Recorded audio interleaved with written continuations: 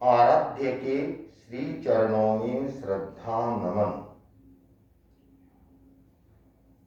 प्रभु महावीर ने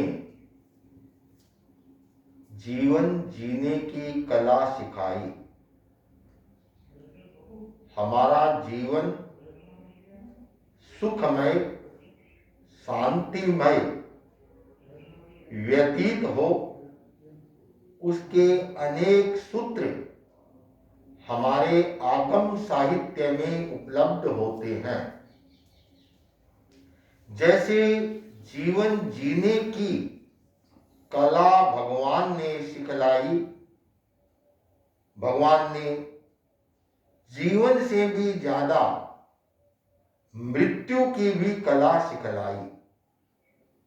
जीना महत्वपूर्ण नहीं है कि कौन कितना जीता है, महत्वपूर्ण है जीवन को कैसे जिया जाता है और उसके पश्चात कैसे मृत्यु का वर्ण किया जाता है। मरने की कला भगवान महावीर ने ही सिखाई।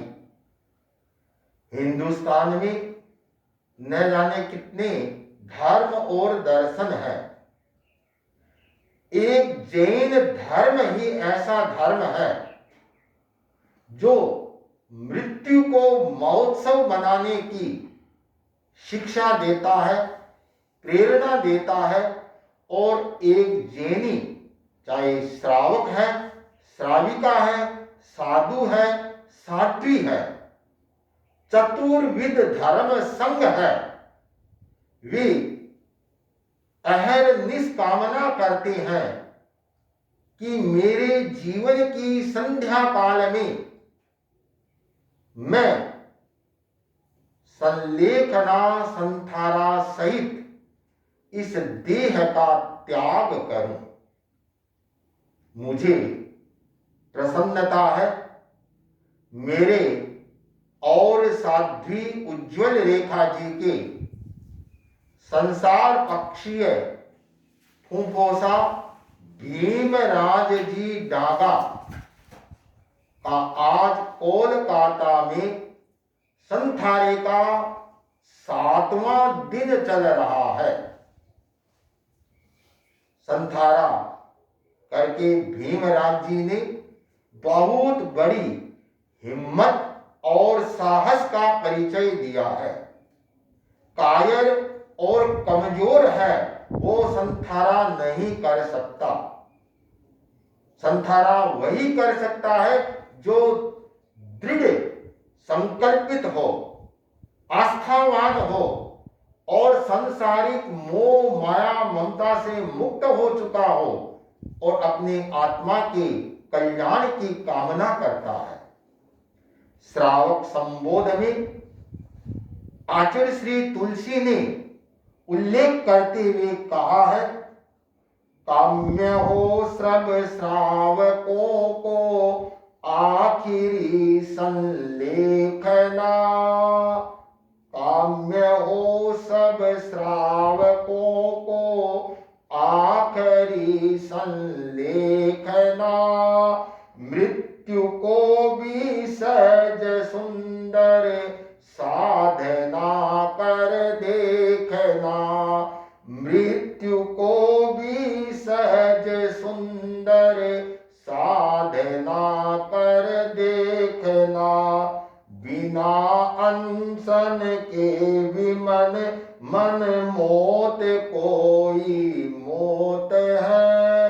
बिना अनशन के विमन मन मोत कोई मोत है। जो कलात्मक धर्म सम्मत मौत सुख का स्रोत है।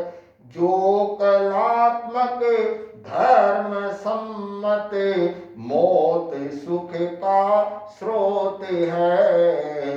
मौत सुख का स्रोत है।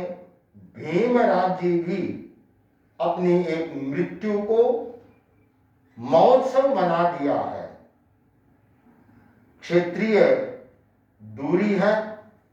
यदि इस समय मैं कोलकाता में होता तो इन्हें आध्यात्मिक सहयोग में सहभागी बनता।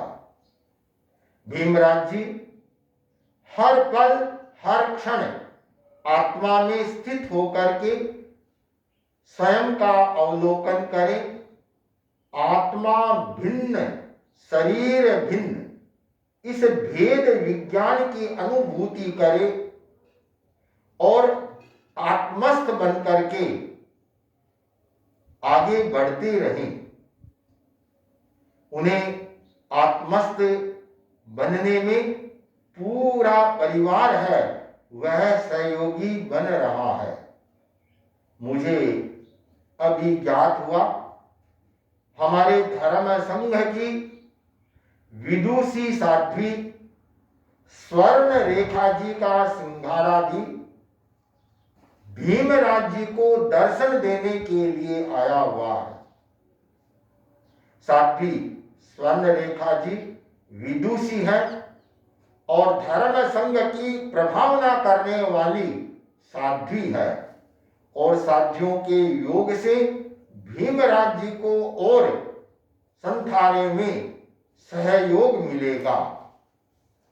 भीमराज जी का डागा परिवार पूरा धार्मिक परिवार है, संस्कारी परिवार है, शिक्षित परिवार है, और इस परिवार से कितने न जाने परिजन हैं, उन्होंने इस धर्म संघ में दीक्षा ली है और दीक्षा लेकर के अपनी सेवाएं हैं वे दे रहे हैं।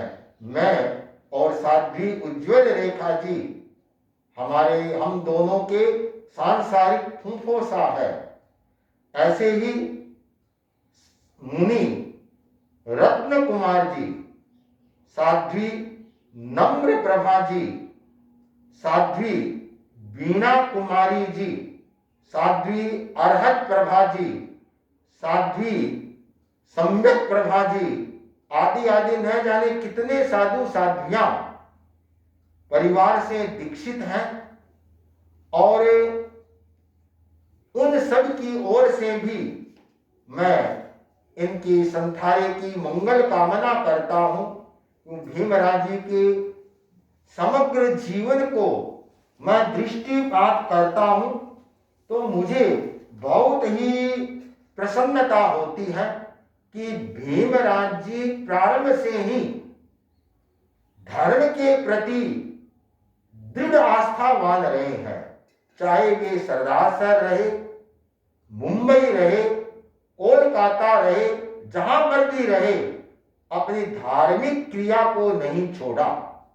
नित्य समाई करना, नौकारसी पोरसी जैसे अवसर हो वैसे करना, और 12 व्रती श्रावक थे, 12 व्रतों को स्वीकार किया, और जब भी अवसर मिलता सूत्र का प्रवचन, प्रातःकालीन प्रवचन में उपस्थिति अपनी दर्ज कराते। इन दिनों में उनके दोनों बेटे रमेश और प्रदीप वर्षों से कलकत्ता में प्रवासित हैं, और दोनों भाइयों की अच्छी जोड़ी है, और वहां पर कलकत्ते में हर दृष्टि से आगे बढ़े हैं। तो भीमराज जी का और मेरे बुआसा लक्ष्मी बाई का भी कलकत्ता में ही लगभग प्रवास हुआ, और दोनों भाइयों ने बहुत सेवाएं की है, और वर्तमान में भीमराज जी की सेवा कर रहे हैं। पहले मातृ ऋण से उऋण हुए और पितृ ऋण से उऋण हो रहे हैं। तो भीमराज जी का जीवन त्याग तपमय रहा है, 12 व्रती श्रावक है, और कहना चाहिए रात्रि भोजन के त्याग रखते थे।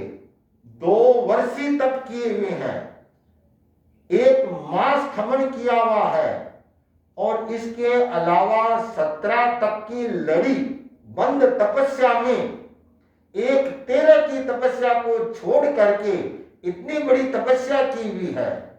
सावन भादवे में एकांतर करते रहते थे। यथा अवसर तिथियों के, स्वामी जी की तेरस के, अपने गुरुओं की पुण्य तिथि के आदि आदि उपवास उनके चलते ही रहते थे। तो सारा जीवन उनका देखा जाए तो बहुत ही धार्मिक रहा है। और कोलकाता में उन्होंने अपनी एक अलग विशिष्ट पहचान बनाई। जो भी साधु साध्वियां कलकत्ता आते या कलकत्ता से विहार करते तो उनकी जिम्मेदारी से रास्ते की सेवा करते और लंबी सेवा करते।